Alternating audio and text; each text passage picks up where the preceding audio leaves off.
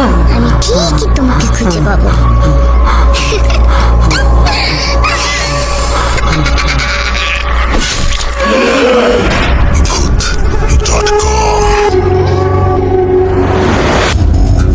যেভাবে লেখা আছে আমি সেভাবে পড়ছি।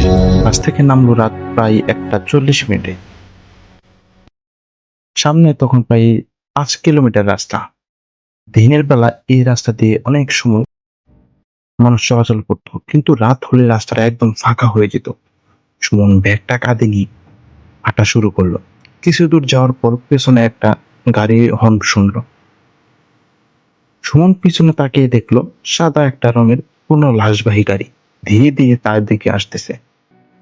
গাড়ির সামনে ছোট একটা লাল বাতি জ্বলতেছে। সুমন রাস্তা পাশে সরে দাঁড়ালো। গাড়িটা তার সামনে এসে থামলো। জানালা খুলে একজন বয়স্ক লোক মাথা বের করে বলল, বাবা আপনি কোন দিকে যাবেন? সুমন গ্রামের নাম বলল। লোকটা বলল, উঠো, ওই দিকে যাইতেছি। সুমন প্রথমে উঠতে চাইছিল না, কিন্তু এত রাতে একা হাঁটার চেয়ে গাড়িতে যাওয়াই অনেক ভালো হবে। সে পেছনে দরজা খুলে উঠল। গাড়ির ভেতরে একটা স্ট্রেচার ছিল, সাদা কাপড়ে মানে ঢাকা একটা লাশের মতো কিছু একটা স্ট্রেচারের উপরে পড়েছিল। সুমন একটু ভয় পেল। ড্রাইভার বলল, ভয় পেও না বাবা, মানুষ মারা গেলে তো গাড়িতে নিয়ে যাইতে হয়। গাড়ি চলতে শুরু করলো। প্রায় 10 মিনিট পর সুমনের মনে হলো গাড়ির ভেতরে কেমন একটা পচা ফুলের গন্ধ। সে জানালা খুলতে গেল। ড্রাইভার হঠাৎ বলল, জানালা খুললেন না। সুমন বলল, কেন? ড্রাইভার কোনো উত্তর দিল না। কিছুক্ষণ পর সুমন খেয়াল করলো স্ট্রেচারের উপর যে লাশটা ঢাকা ছিল সেটার পা কাপড়ের নিচে দেখা যাচ্ছে, আর সেই পা ধীরে ধীরে নড়তেছে। সুমন ভয়ে ড্রাইভারকে বলল, চাচা গাড়ি থামান। ড্রাইভার চুপ। সুমন আবার বলল, চাচা গাড়ি থামান। ড্রাইভার গাড়ি সামালতেছে না। এবার ড্রাইভার রিয়ার ভিউ মিররের দিকে তাকিয়ে খুব আস্তে করে বলল, পেছনে তাকায়ও না। সুমনের বুক ধড়ফড় করতে লাগলো। ঠিক তখন পেছন থেকে একটা শব্দ হলো, মানে একটা যে কোনো ঠক ঠক একটা শব্দ হলো, কে জানি টুক্কা দিতেছে এমন। মনে হলো কেউ স্ট্রেচারের নিচ থেকে কাঠে আঙুল দিয়ে শব্দ করতেছে। সুমন চোখ বন্ধ করে বসে রইল। কিছুক্ষণ পর আবার শব্দ শোনা গেল। তারপর একটা মেয়ের গলা, আমারে কি বাড়ি নিয়ে যাবেন? সুমনের শরীর ঠান্ডা হয়ে গেল, কারণ গাড়িতে ড্রাইভার আর সে ছাড়া আর কেউ থাকার কোনো কথা না। সে সাহস করে রিয়ার ভিউ মিররের দিকে তাকালো। মিররে দেখা গেল সাদা কাপড়ের লাশ ঢাকা স্ট্রেচারে নেই। গাড়ির পেছনের সিটে একজন মহিলা বসে আছে। তার মুখ দেখা যাচ্ছে না, চুল দিয়ে পুরো মুখ ঢাকা। সুমন চোখ সরিয়ে নিল। ঠিক তখন ড্রাইভার বলল, বাবা আর মাত্র একটা জায়গা। সুমন জিজ্ঞাসা করলো, কোথায়? ড্রাইভার বলল, যেখানে তোমারে নামাইতে হবে। সুমন জানালা দিয়ে বাইরে তাকালো। তার বুকের ভেতরটা হিমড়িম হয়ে গেল, কারণ গাড়ি যে রাস্তায় চলতেছিল সেটা তার গ্রামের রাস্তা না। চারপাশে শুধু কবরস্থান, আর সামনে একটা পুরোনো গেট। গেটের উপর লেখা শ্মশান ঘাট। সুমন চিৎকার করে বলল, গাড়ি থামান। ড্রাইভার এবার ধীরে ধীরে তার দিকে তাকালো, আর সেই মুহূর্তে সুমন দেখলো ড্রাইভার মুখে কোনো চোখ নেই, শুধু কালো দুইটা গর্ত। ড্রাইভার হাসলো, তারপর বলল, তুমি তো বলছিলে তোমার বাড়ি যাইবা, কিন্তু তোমার বাড়ি তো অনেক আগেই শেষ হয়ে গেছে। সুমন কিছুই বলতে পারলো না। ঠিক তখন পেছনে বসে থাকা মহিলাটা আস্তে করে মাথা তুলল। তার মুখে কোনো চোখ মুখ নেই, শুধু একটা কালো গর্ত। সে সুমনের দিকে তাকিয়ে বলল, আমাদের সাথে আর একজন দরকার ছিল। গাড়ির দরজা নিজে থেকে লক হয়ে গেল, আর বাইরে একটার পর একটা মাটি নড়তে শুরু করলো। গাড়ির দরজা তখন ভেতর থেকে লক। সুমন দরজার হাতল টানতে টানতে চিৎকার করতেছিল, দরজা খুলেন, আমাকে নামতে দেন। কিন্তু ড্রাইভার কোনো কথা বলল না। শুধু গাড়িটা ধীরে ধীরে কবরস্থানের ভিতরে রাস্তা দিয়ে এগিয়ে যেতে লাগলো। চারপাশে অন্ধকার, দুই পাশে সারি সারি কবর, আর গাড়ির পেছনে বসে থাকা সেই মহিলার একদম চুপচাপ। হঠাৎ সুমন খেয়াল করলো মহিলার পায়ের নিচে কোনো ছায়া নেই।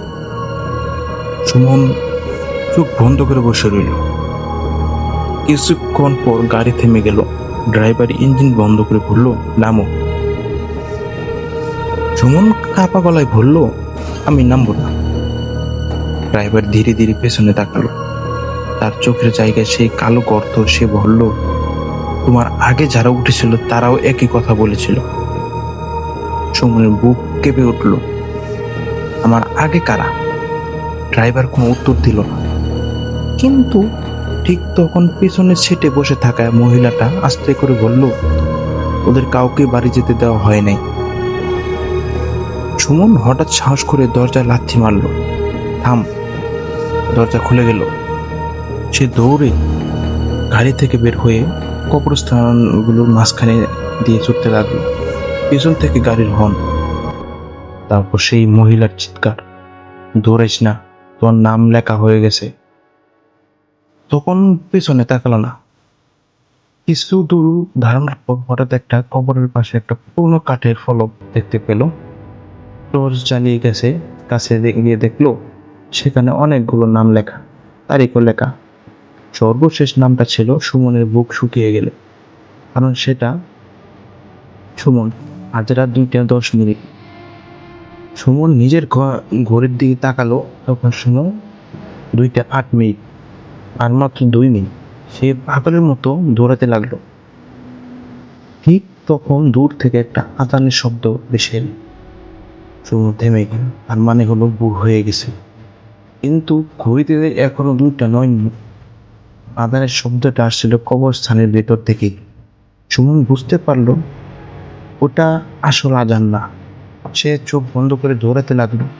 ঠিক 2টা 10 মিনিটের পর তার পেছন থেকে একটা বিকট চিৎকার শোনা গেল। তারপর সবকিছু স্তব্ধ। সুমন যখন চোখ খুললো, সে নিজেকে গ্রামের সেই পুরনো রাস্তায় পাশে দেখতে পেল। সামনে তার বাড়ির রাস্তা, ভোরের আলো ফুটছে। সে হাঁপাতে হাঁপাতে বাড়ি পৌঁছালো। মা দরজা খুলে তাকে দেখে কাঁদতে কাঁদতে জড়িয়ে ধরে বলল, মা বলল, তুই কোথায় ছিলি?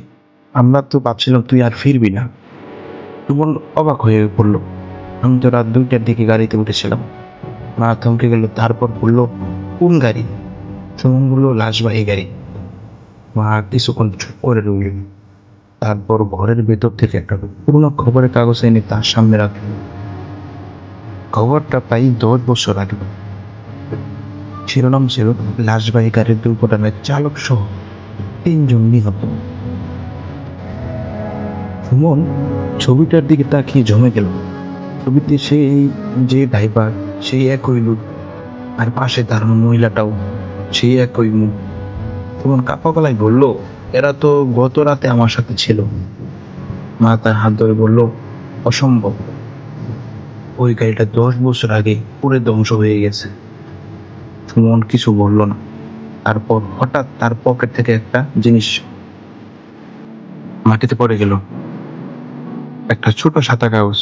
সে কাগজের খুলে দেখলো সেখানে লেখা, একজনকে বাড়ি পৌঁছে দিলাম।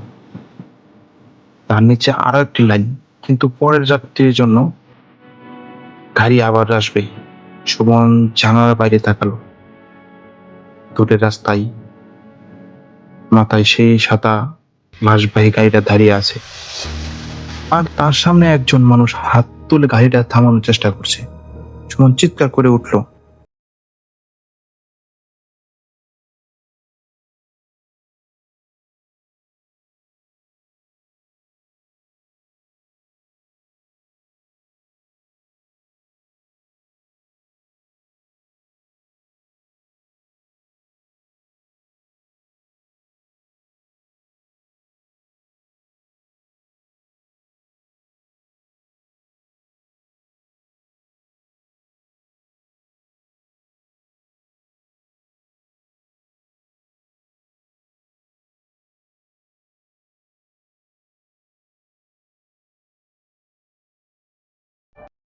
মা তার হাতে থাকা কাগজটার দিকে তাকিয়ে বলল, ওখানে কি লেখা আছে আবার পড়। সুমন কাগজটা খুলল।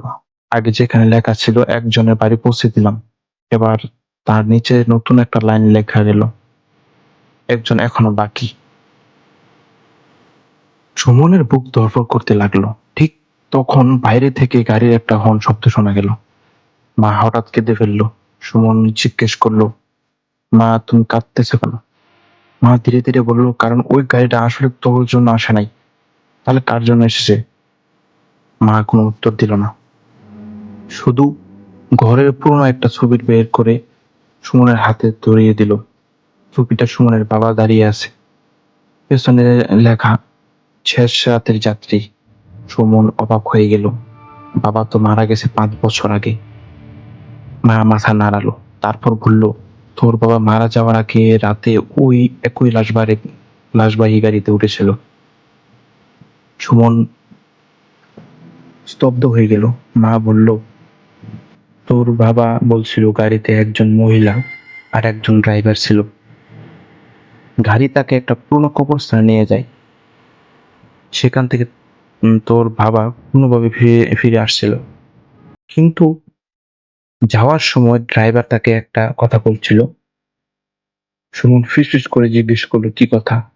মা বলল, একদিন তোমার ছেলেকে নিয়ে আসবা। সুমনের হাত থেকে ছবিটা পড়ে গেল। হঠাৎ ঘরের বাতি নিভে গেল। অন্ধকারের মধ্যে দরজার শব্দ হলো, টক টক করে। তারপর সেই ড্রাইভারের গলা। সুমন, সময় হয়েছে। সুমন পিছিয়ে গেল। মা তার হাত ধরে বলল, দরজা খুলবে না। বাইরে থেকে আবার গলা, তোর বাবা কথা দিছিল। সুমন চোখ বন্ধ করে রইল। কিছুক্ষণ পর সব শব্দ থেমে গেল। তারপর দূর থেকে ফজর আজান ভেসে এলো। ঘরের বাতি নিজে থেকেই জ্বলে উঠলো। দরজা খুলে বাইরে গিয়ে সুমন দেখলো রাস্তার উপর কোনো গাড়ি নেই, শুধু একটা সাদা কাপড় পরে আছে। কাপড়টা তুলে দেখে তার বুক কেঁপে উঠলো। কাপড়ের উপর কাদায় লেখা, যাত্রা শেষ। সেই দিনের পর আর কখনো সুমন ওই লাশবাহী গাড়ি দেখেনি। কিন্তু গ্রামের মানুষ এখনো বলে, বর্ষার গভীরতাতে যখন রাস্তা একদম ফাঁকা থাকে তখন একটা পুরনো সাদা লাশবাহী গাড়ি থাকে, ধীরে ধীরে গ্রামের রাস্তা দিয়ে যায়। গাড়ির ভেতর থেকে মাঝে মাঝে একজন মহিলার কান্না শব্দ শোনা যায়, আর ড্রাইভার জানালা দিয়ে মাথা বের করে জিজ্ঞেস করে, কোথায় যাবেন? যে মানুষ ভুল করে গাড়িতে উঠে পড়ে তারপর তাকে আর কখনো খুঁজে পাওয়া যায়। আর সবচেয়ে ভয়ঙ্কর কথা হলো, সুমন এখন বেঁচে আছে, কিন্তু প্রতি বছর তার বাবার মৃত্যুর তারিখ ঠিক 2টা 10 মিনিটে তার বাড়ির সামনে একটা সাদা লাশবাহী গাড়ি এসে দাঁড়ায়। হর্ন দেয় একবার, তারপর চলে যায়। সুমন কখনো দরজা খুলে না, কারণ সে জানে একদিন গাড়িটা শুধু হর্ন দিয়ে চলে যাবে না, সেদিন হয়তো শেষ যাত্রী সে সুমনকে নিয়ে যাবে। যাই হোক, ধন্যবাদ এতক্ষণ আমাদের এই গল্পটা শোনার জন্য। তবে আপনারা লাইক কমেন্ট জানাবেন গল্পটা কেমন লেগেছে। ধন্যবাদ।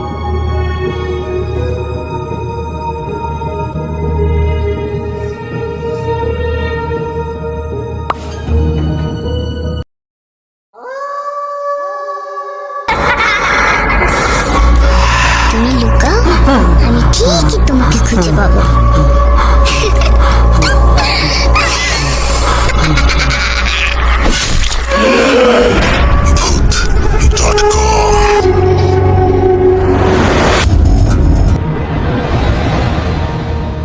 জৈন্তাপুরের পুরনো ব্রিজের নিচের আলো। সিলেটের জৈন্তাপুর একটা এলাকার ঘটনা, আপনাদেরকে বোঝা যাচ্ছে। জৈন্তাপুরের এক অন্তত গ্রামে একটা পুরনো ব্রিজ ছিল। দিনের বেলা ব্রিজটার উপর দিয়ে মানুষ, অটো রিক্সা, মোটরসাইকেল সবই চলাচল করত, কিন্তু রাত নামলেই জায়গাটা যেন কেমন জানি অন্যরকম হয়ে যেত। বিশেষ করে রাত 12টার পর কেউ ওই ব্রিজের নিতে যেত না, কারণ গ্রামের মানুষের মুখে একটা কথা প্রচলিত ছিল, রাত গভীর হলে সেই ব্রিজের একটা হারিকেন আলো দেখা যায়। কিন্তু কেউ জানতো না আলোটা কে জ্বালায়। এক রাতে গ্রামের নাম বলতেছি, সেটা হচ্ছে সেলিম ধরেন, তার বন্ধুর বাড়ি থেকে মোটর সাইকেল করে নিজের বাড়িতে ফিরছিল। তখন সময় প্রায় রাত 1টা। ব্রিজের উপর উঠতেই হঠাৎ তার মোটরসাইকেল গতি কমে গেল। সেলিম নিচে তাকিয়ে দেখলো অন্ধকার মধ্যে একটা হলুদ আলো জ্বলছে। আলোটা ব্রিজের নিচে ধীরে ধীরে এদিক ওদিক নড়ছে। সেলিম ভাবলো হয়তো কোনো জেলে মাছ ধরতেছে। সে মোটরসাইকেল থামিয়ে নিচে তাকিয়ে ডাক দিল, কে আছেন এখানে? মোটরসাইকেল থেকে কয়েক সেকেন্ডের কোনো উত্তর নেই। তারপর নিচ থেকে একটা বৃদ্ধ মানুষের গলা শোনা গেল, বাবা একটু নিচে আসবি? সেলিমের বুকটা কেমন জানি ধুকধুক করে উঠল। সে আবার বলল, আপনি কে? বৃদ্ধ বলল, তোর বাবাকে আমি চিনতাম। সেলিম এবার অবাক হয়ে গেল। তার বাবা মারা গেছেন প্রায় 8 বছর আগে। সে জিজ্ঞেস করলো, আপনি আমার বাবাকে কিভাবে চেনেন? নিচ থেকে কোনো উত্তর এলো না। শুধু হারিকেনের একটা আলো ধীরে ধীরে উপরে উঠতে লাগলো। সেলিম দেখলো একজন বৃদ্ধ ব্রিজের নিচ থেকে তার দিকে তাকিয়ে আছে। বৃদ্ধের পরনে সাদা পাঞ্জাবি, হাতে পরনে একটা হারিকেন ছিল। সেলিম চোখ মুখে সেলিমের চোখ কুচকুচে লোকটার দিকে তাকিয়ে আছে। আর তখন তার বুকের ভেতরটা বরফ হয়ে গেল। লোকটার মুখটা তার মৃত ভাবার মতো। সেলিম পিছিয়ে যেতে লাগলো। ঠিক তখন তার ফোনে বেজে উঠলো। ফোন করেছে একটা ফোন বেজে উঠলো তার বন্ধু নাসিরের। সেলিম ফোন ধরতে নাসির চিৎকার করে বলল, সেলিম তুই কোথায়? আমরা ব্রিজের উপর। নাসির কয়েক সেকেন্ডের চুপ থেকে বলল, তুই এখানে ওই ব্রিজ থেকে চলে আয়। কেন? নাসির কাপা গলায় বলল, আমি তোকে ব্রিজের উপর থেকে দেখছি, কিন্তু তুই যে যার সঙ্গে কথা বলছিস তাকে আমি দেখতে পাচ্ছি না। সেলিমের হাত থেকে ফোনটা পড়ে যায়। সে ধীরে ধীরে নিচের দিকে তাকালো। বৃদ্ধ লোকটা তখনও দাঁড়িয়ে আছে, কিন্তু এবার তার মুখে কোনো চোখ নেই, শুধু একটা কালো অন্ধকার। বৃদ্ধ ধীরে ধীরে হারিকেনটা তুলে বলল, বাবা তুই এত বছর পরে আমাকে চিনলি না? সেলিম আর এক মুহূর্তে ধারণা মোটরসাইকেল চালিয়ে সোজা বাড়িতে দিকে চলে আসলো। পরের দিন সকালে সেলিম, নাসির আর গ্রামের কয়েকজন লোক ব্রিজের নিচে গেল। সেখানে তার কিছুই পেল না, শুধু কাঁদার উপর একটা পুরনো হারিকেন পড়েছিল। হারিকেনটা অনেক পুরনো, আর তার গায়ে খোদাই করা ছিল একটা নাম, আব্দুল। সেলিম নামটা থেকে স্তব্ধ হয়ে গেল, কারণ এটা ছিল তার বাবার নাম। সেই ঘটনার পর সেলিম আর কোনোদিন রাতের বেলা ওই ব্রিজে যায়নি। আর গ্রামের বয়স্ক মানুষরাও আজও বলে, জয়ন্তাপুরের ওই ব্রিজ রাত 1টা বাজলে নিচে আলো দেখা যায়, থামবে না, কারণ আলোটা পথ দেখার জন্য জ্বলে না, ওটা কাউকে নিচে ডাকার জন্য জ্বলে। এই হলো সিলেটের জিমেলের মাধ্যমে পাঠানো জয়ন্তাপুর এলাকার একটি ঘটনা। তারপর আমরা আরো একটি পরবর্তী ঘটনাতে আমরা চলে যাব, সেটা হচ্ছে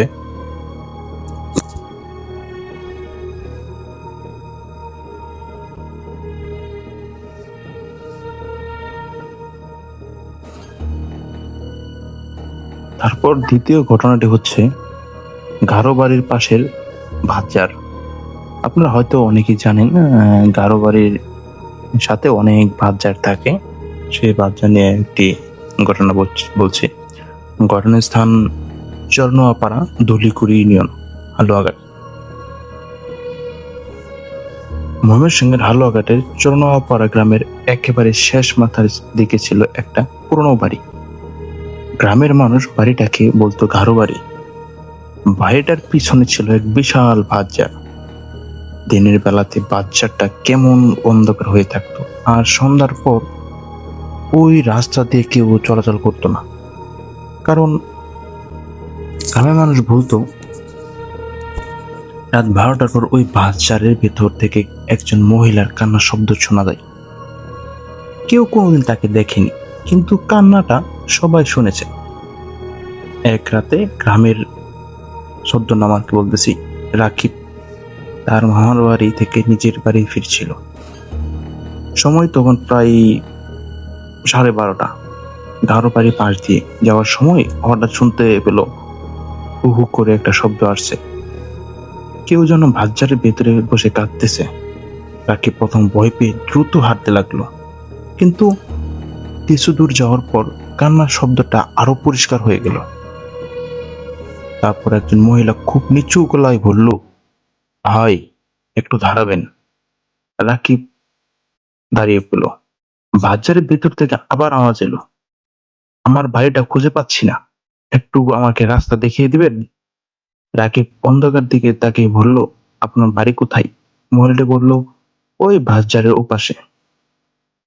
রাকিব অবাক হয়ে গেল, কারণ বাজারের ওপাশে কোনো বাড়ি নেই, সেখানে শুধু একটা পুরনো পুকুর আর জঙ্গল। তবু মহিলাটি আবার বলল, একটু ভেতরে আসেন, আমি একা যেতে পারছি না। রাকিব আর কোনো কথা না বলে দ্রুত হাঁটতে শুরু করলো। ঠিক তখনই তার পেছন থেকে কান্নার শব্দ আসতেছে। চারপাশে একদম নীরব। রাকিব ভাবলো হয়তো ভুল শুনছে, কিন্তু কয়েক সেকেন্ড পর সে শুনতে পেলো খসখস খসখস করে কে যেন হাঁটতেছে। কেউ যেন বাজারের ভেতর দিয়ে তার পেছন পেছন আসতেছে আর কি। রাকিব দৌড় দিল পেছন থেকে। এবার সেই মহিলার গলা। রাকিব দাঁড়াও। রাকিব দৌড়াতে দৌড়াতে হঠাৎ থেমে গেল, কারণ সে বুঝতে পারলো সেই মহিলার নাম জানে না। তাহলে মহিলা তার নাম জানলো কিভাবে? সে আর পেছনে তাকালো না, সোজা বাড়িতে গিয়ে দরজা বন্ধ করে দিল। পরের দিন সকালে রাকিবের গ্রামের কয়েকজন বয়স্ক মানুষকে ঘটনাটা বলল। এক বৃদ্ধ অনেকক্ষণ চুপ করে থেকে বললেন, তুই ওই মহিলা বলা শুনছিস? রাকিব মাথা নাড়ল। বৃদ্ধ বললেন, প্রায় 15 বছর আগে এই বাজারের পাশে একটা মেয়ে নিখোঁজ হয়ে গিয়েছিল। অনেক খোঁজাখুঁজির পরেও তাকে পাওয়া যায়নি।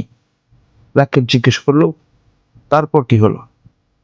বৃদ্ধ ধীরে ধীরে বললেন, তারপর থেকে প্রতি কয়েক বছর পর পর কেউ না কেউ রাতে ওই বাচ্চা থেকে একই কথাটা শুনতে পাই, আমার বাড়িটা খুঁজে পাচ্ছি না। রাকিবের মুখ শুকিয়ে গেল। সে বলল, কিন্তু সে আমার নাম জানলো কিভাবে? বৃদ্ধ কোনো উত্তর দিলেন না, শুধু বললেন, তুই ভাগ্যবান যে পিছনে তাকাসনি। সেই রাতের পর রাকিব আর কোনোদিন ওই রাস্তা দিয়ে রাতের বেলা যায়নি। কিন্তু কয়েক মাস পরে এক রাতের গ্রামের আরেকজন যুবক ওই পথ দিয়ে যাচ্ছিল। রাত তখন ঠিক 12:33 বা 30 এরকম ভাবে। হাজারের কাছাকাছি যেতে সে শুনলো, ভাই একটু দাঁড়াবেন। তারপর ভাজ্জারের ভেতর থেকে খুব পরিচিত একটা কণ্ঠ ভেসে এলো, আমরা বাড়িটা খুঁজে পাচ্ছি না। আর সেই রাতের পর সেই যুবকটাকে আর কখনো খুঁজে পাওয়া যায়নি। আজ চরনুয়া পাড়ার মানুষ বলে, রাত 12টার পর গারো বাড়ির পাশে ভাতচারে যদি কোনো নারী বা তোমাকে ডাকে, তো কখনো পেছনে তাকাবে না, কারণ সে হয়তো তোমাকে নিজের বাড়ির পথ